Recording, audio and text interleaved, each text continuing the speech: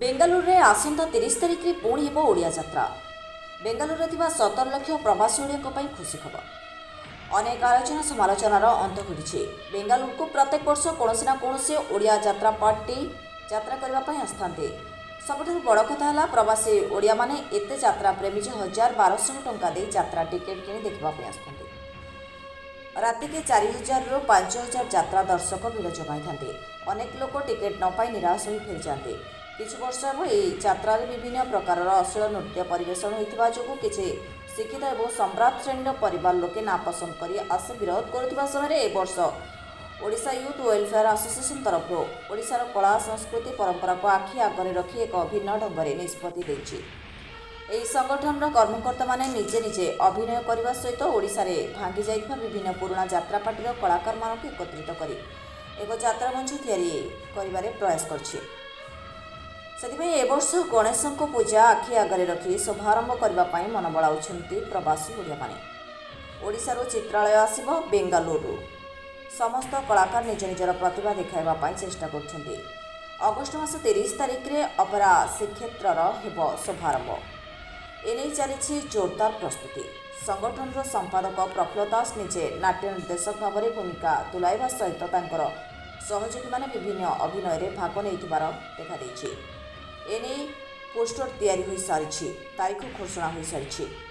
ଟିକେଟ୍ର ମୂଲ୍ୟ ମଧ୍ୟ ଘୋଷଣା କରାଯାଇଛି। ଟିକେଟ୍ର ମୂଲ୍ୟ 300 ଏବଂ 200 ରଖାଯାଇଛି। ଯାତ୍ରା ସନ୍ଧ୍ୟା 6ଟାରେ ଆରମ୍ଭ ହେବା ସହିତ ରାତି 12ଟା ପର୍ଯ୍ୟନ୍ତ ସମୟସୀମା ନିର୍ଦ୍ଧାରଣ କରାଯାଇଛି। ଦର୍ଶକମାନଙ୍କ ପାଇଁ ଯେମିତି କୌଣସି ଅସୁବିଧା ନ ହେବ ସେଥିପାଇଁ କର୍ଣ୍ଣାଟକ ପୋଲିସର ସାହାଯ୍ୟ ନିଆଯାଇଛି। ଶତାଧିକ ଭଲେଣ୍ଟିୟର ମୁତୟନ କରାଯିବା ସହିତ ଦର୍ଶକମାନଙ୍କୁ ସମସ୍ତ ସହଯୋଗ କରାଯିବ ବୋଲି ବ୍ୟବସ୍ଥା ରହିଛି। ସଂଗଠନ ତରଫରୁ ସମସ୍ତ ପ୍ରବାସୀ ଓଡ଼ିଆଙ୍କୁ ଅନୁରୋଧ କରାଯାଇଛି କି ସେମାନଙ୍କୁ ସାହାଯ୍ୟ ଏବଂ ସହଯୋଗର ହାତ ବଢ଼ାଇବା, ସେମାନଙ୍କର ଏକ ପ୍ରକାର ପଦକ୍ଷେପକୁ ସକ୍ଷମ କରାଇବା ପାଇଁ, ଓଡ଼ିଶାର କଳା ସଂସ୍କୃତିକୁ ଆଗକୁ ନେବା ପାଇଁ। ଆଜି ଏକ ପ୍ରେସ୍ ବିଜ୍ଞପ୍ତି ଦ୍ୱାରା ପ୍ରଫୁଲ୍ଲ ଦାସ ଏବଂ ଯାତ୍ରା କମିଟି କ'ଣ କହୁଛନ୍ତି ଆସନ୍ତୁ ଦେଖିବା। ବେଙ୍ଗାଲୁରୁ ପାର୍ଥସାରଥୀ ଲେଙ୍କାଙ୍କ ସହିତ କ୍ୟାମେରାମ୍ୟାନ୍ ସୌଭାଗ୍ୟ ରଞ୍ଜନ ଦାସଙ୍କ ରିପୋର୍ଟ, ଓଡ଼ିଶା ମିରର ଲାଇଭ୍। ମୋର ବେଶୀ ଆମର ଯେଉଁ ଅଛନ୍ତି ସୁଧାଂଶୁ ବାବୁ ଆଉ ସେ ଆସୋସିଏସନ ବିଷୟରେ ଦୁଇ ପଦ କୁହନ୍ତୁ, ତାପରେ ମୁଁ କହିବି। ଆକ୍ଚୁଆଲି ଆମେ ସମସ୍ତେ ଏଇଭଳିଆ ଗୋଟେ ଅନୁଷ୍ଠାନ ଷ୍ଟାର୍ଟ କରିଛୁ।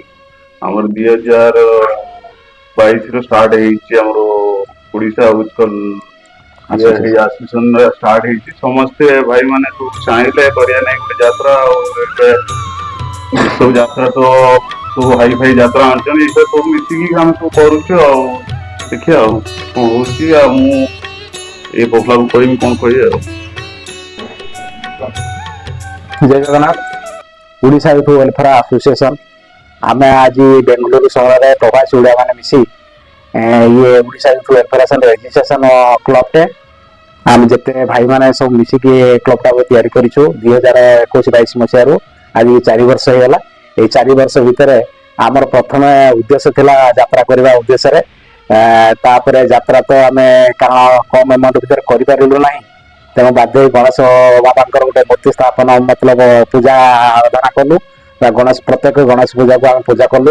କଲା ପରେ ଏ ବର୍ଷ ଗୋଟେ ଆମର ଗୋଟେ ଏମିତି ସିଚୁଏସନ ହେଲା ଯେ କି ଆମର ଟ୍ରେଜର ବାବୁ ସୁଧାଂଶୁ ବାବୁ ଯେ ଆମକୁ ଗୋଟେ ଉତ୍ସାହ କଲେ ଯେ କି ତୁମେ ଗୋଟେ ଡ୍ରାମା କର, ମୁଁ ତୁମକୁ ସହଯୋଗ କରିବି। ଆଉ ଯୋଉ ପ୍ରେସିଡେଣ୍ଟ ବି ଆଜି ନାହାନ୍ତି ଆମର ହଉଛି ରାଜେନ୍ଦ୍ର ମଲ୍ଲିକ, ସେ ବି ମତେ ଉତ୍ସାହ କରିଥିଲେ। ମୁଁ ଜଣେ ସେକ୍ରେଟାରୀ ହିସାବରେ ସେମାନଙ୍କର କଥାକୁ ପାଳନ କରି ଆଜି ଆମେ ଯୋଉ ଯାତ୍ରା କରିବାକୁ ଯାଉଛୁ। ଆକ୍ଚୁଆଲି 28 ତାରିଖ ଦିନ ଗଣେଶ ପୂଜା ପଡୁଛି, କିନ୍ତୁ 28 ତାରିଖ ଦିନ ଆମେ ରଖିନାହୁଁ ହଉଛି ଯାତ୍ରାଟା ରଖିଛୁ ଶନିବାର 30 ତାରିଖ। ଆପଣଙ୍କର ହେଲା ସ୍ୱଚ୍ଛ ଭାରତ ଗ୍ରାଉଣ୍ଡ ଡିଏଲ ପାଖରେ ହଉଛି ବନମାଳି ମେନ୍ ରୋଡ ପାଖରେ ନାନପଲ୍ଲିଆ, ସେଇ ଆଡ୍ରେସରେ ଆମେ ସେଇ ଗ୍ରାଉଣ୍ଡରେ ଯାତ୍ରା କରୁଛୁ। ତେଣୁ ଇଏ ଯୋଉ ଯାତ୍ରାଟି କରୁଛୁ ଆମର ଗୋଟେ ଉଦ୍ଦେଶ୍ୟ ଗୋଟେ ଅଲଗା ପ୍ରକାର ଥିଲା। ଯାହା ବି ହଉ ଓଡ଼ିଶାର ଯୋଉ ଯାତ୍ରା ପାର୍ଟି ମାନେ ସବୁ ଭାଙ୍ଗି ଯାଇଥିଲେ ସେଠୁ କିଛି ବଛା ବଛା କଳାକାର ମାନଙ୍କୁ ନେଇ ପ୍ଲସ ଆମର ଏଠି ଯୋଉ ପିଲାମାନେ ଆଗରୁ କରିଛନ୍ତି ଯାତ୍ରା ସେମାନଙ୍କୁ ନେଇକି ଆମେ ଗୋଟେ ଅନୁଷ୍ଠାନ ଆରମ୍ଭ କରିଛୁ। ଏଇ ଅନୁଷ୍ଠାନଟି କେତେ ଦୂର ସଫଳ ହବ ସେ କଥା ଆମେ ତ ଜାଣିନାହୁଁ। ତେଣୁକରି ପ୍ରତ୍ୟେକ ପ୍ରବାସୀ ଓଡ଼ିଶା ମାନଙ୍କୁ ଓଡ଼ିଆ ଭାଇ ମାନଙ୍କୁ ମୋର ଅନୁରୋଧ, ସମସ୍ତେ ଆସନ୍ତୁ, ଏ ଯାତ୍ରାରେ ହଉଛି ମନୋରଞ୍ଜନ ଉପଭୋଗ କରନ୍ତୁ ଏବଂ ଆମକୁ ଉତ୍ସାହ କରନ୍ତୁ। ଏବଂ ଆମେ ସମସ୍ତଙ୍କୁ ଉତ୍ସାହ କରୁଛୁ ଏ ଅନୁଷ୍ଠାନ ପାଇଁ ସମସ୍ତଙ୍କର କିଛି କିଛି ଆସି ପହଞ୍ଚିକି ଆମକୁ ଆହୁରି ଟିକେ ଉତ୍ସାହ କଲେ ଆମେ ବହୁତ ଖୁସି ହବୁ ବୋଲିକି ମୋର ଆଶା ଏବଂ ଆକାଂକ୍ଷା।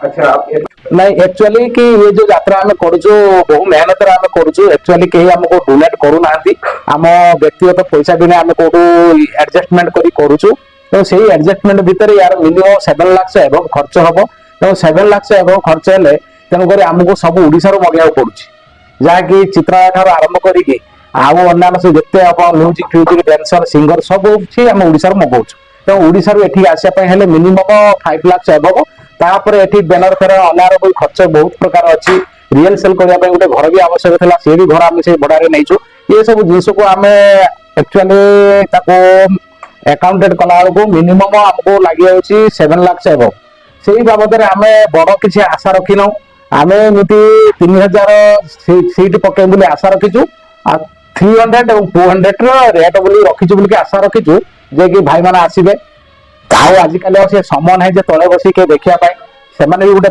ପ୍ରେଷ୍ଟିଜିୟସ୍ ହେଇଗଲେଣି ସମସ୍ତେ ଏଠି ଓଡ଼ିଆ ଭାଇ ମାନେ ପ୍ରବାସୀ ଓଡ଼ିଆ ମାନେ ଭଲ ପଇସା ଇନକମ୍ କରୁଛନ୍ତି ଏବଂ ସେମାନେ ବି ଚାହୁଁଛନ୍ତି ଆମେ ଯାଇକି ଏତେ ସମୟ ତଳେ ବସିକି ଦେଖିବା ଆମକୁ ସମ୍ଭବ ନୁହେଁ ସେଥି କାରଣରୁ ଆମେ ଗୋଟେ ସାମାନ୍ୟ ଗୋଟେ ଚେୟାର ରଖିଛୁ ଯେ କି 300 ଟଙ୍କା ଆଉ 200 ଟଙ୍କା ତ ସବୁ ଭାଇମାନଙ୍କୁ ଆମର ଅନୁରୋଧ ସମସ୍ତେ ଆସନ୍ତୁ କୌଣସି ଗଣ୍ଡଗୋଳ ନ କରି କୌଣସି ଅପ୍ରୀତିକର ଘଟଣା ନ ଘଟେଇ ଶାନ୍ତିପୂର୍ଣ୍ଣ ଭାବରେ आम उत्साह करी आमे आपण भाई तेणुक आपण मान सहयोग आम यात्रा करूँ जब आपण मैंने आसवे ये सीट 300 टंका 200 टंका मध्यम बसिकी आनंद उल्लास करें एक्चुअली आपंकर 5टा स्टार्ट होची तेणुक आपण मैंने 3टा आसिकी टिकेट ग्रहण करने ऑफलाइन भी टिकेट बिक्री होची ऑनलाइन टिकेट बिक्री होची आउ फील्ड पर भी टिकेट बिक्री हो आम आपको देदेबू नंबर से नंबर जोगाजोग करेंगे जोगाजोग करके आप टिकेट आप आराम से नहीं पारे देखिए आम से क्षमा करेंगे मु जड़े सेक्रेटरी हिसाब से जनरल सेक्रेटरी हिसाब से जड़े हूँ हनुमान भक्त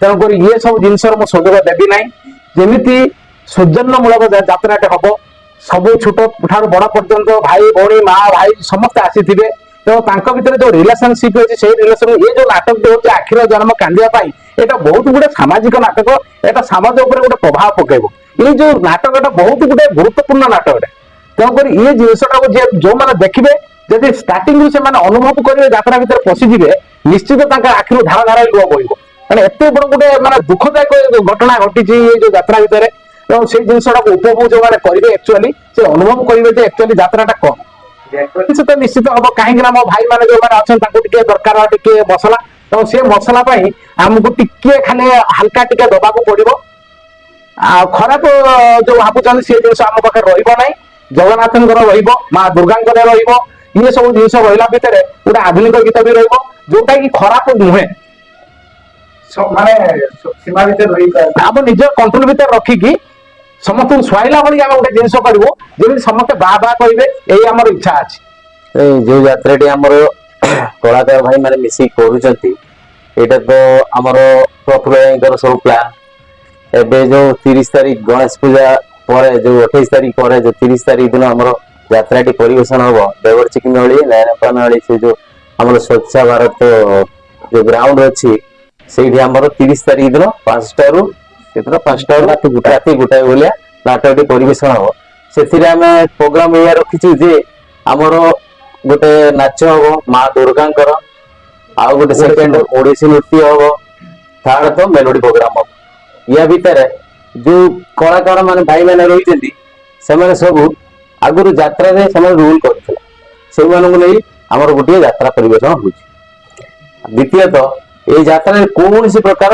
अश्लीलता रही आउ कौन सी जो भाई भौणी मैंने देखा आसवे से कौन सी प्रकार फील करें जो मैंने जो भाई भौणी मैंने परिवार नहीं देखा आसवे से या भर कौन सी प्रकार अश्लीलता जिन देखा पाइबे ना आम चैनल को जदि पसंद करुछंती तेबे आमको लाइक करंतु, सब्सक्राइब करंतु, शेयर करंतु।